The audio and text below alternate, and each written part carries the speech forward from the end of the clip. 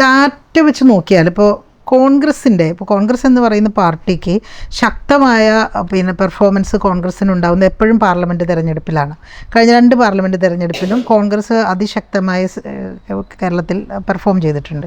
പക്ഷേ നമ്മൾ നിയമസഭാ തിരഞ്ഞെടുപ്പ് എടുത്ത് നോക്കിയാൽ കൃത്യമായൊരു ഡാറ്റ വെച്ച് നോക്കിയാൽ 2001 ശേഷം ഇങ്ങോട്ട് 2006 ശേഷം ഇങ്ങോട്ട് നോക്കിയാൽ LDFനെതിരായ ഭരണവിരുദ്ധ വികാരം ഇല്ല എന്ന് പറയേണ്ടി വരില്ലേ? കാരണം UDF അധികാരത്തിൽ വന്ന 4 സീറ്റിൻ്റെ മാത്രം വ്യത്യാസത്തിലാണ് UDF അധികാരത്തിൽ വന്നത്.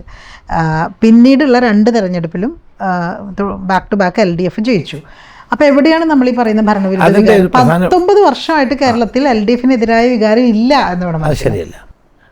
ഏറ്റവും പ്രധാനപ്പെട്ട കാര്യം ഡീലിമിറ്റേഷൻ. കഴിഞ്ഞ ഡീലിമിറ്റേഷനിൽ CPM വളരെ ഫലപ്രദമായി എക്സസൈസ് ചെയ്ത് ഒരു 10-45 സീറ്റ് അവർക്ക് ഷുവറായി ജയിക്കത്തക്ക നിലയിൽ ആ ഡീലിമിറ്റേഷൻ ഉണ്ടായി. നമ്മുടെ പാർട്ടിയിൽ നിന്ന് പോയ ആളുകൾ യാതൊരു എക്സസൈസും ചെയ്യാതെ അവർ ആ കാര്യത്തിൽ വളരെ കൂടുതൽ അലസത കാട്ടുകയുണ്ടായി.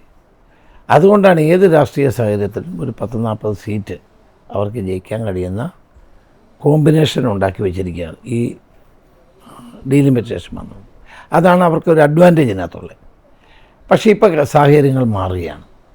ജനങ്ങൾ ഒരു 3ാം ഭരണം കൂടി അവർക്ക് നൽകാൻ തയ്യാറല്ല.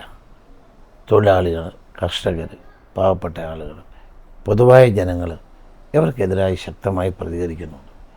അത് വരുന്ന നിയമസഭാ തെരഞ്ഞെടുപ്പിലുണ്ടാകും.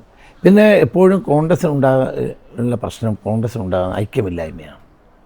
കഴിഞ്ഞ രാഹുൽ ഗാന്ധി യോഗം വിളിച്ചതിന് ശേഷം കോൺഗ്രസ്സിൽ പൊതുവെ ഇപ്പോൾ എല്ലാ നേതാക്കളും ഒറ്റക്കെട്ടാണ്.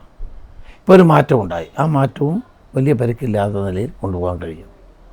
അപ്പോൾ ഇനിയുള്ള ഒരു വർഷം പാർട്ടി ഒറ്റക്കെട്ടായി ഒരു മനസ്സായി പ്രവർത്തിച്ചാൽ തീർച്ചയായും ഒരു UDF ഗവൺമെൻറ് വരും എന്നാണ് ഞങ്ങളുടെ വിശ്വാസം.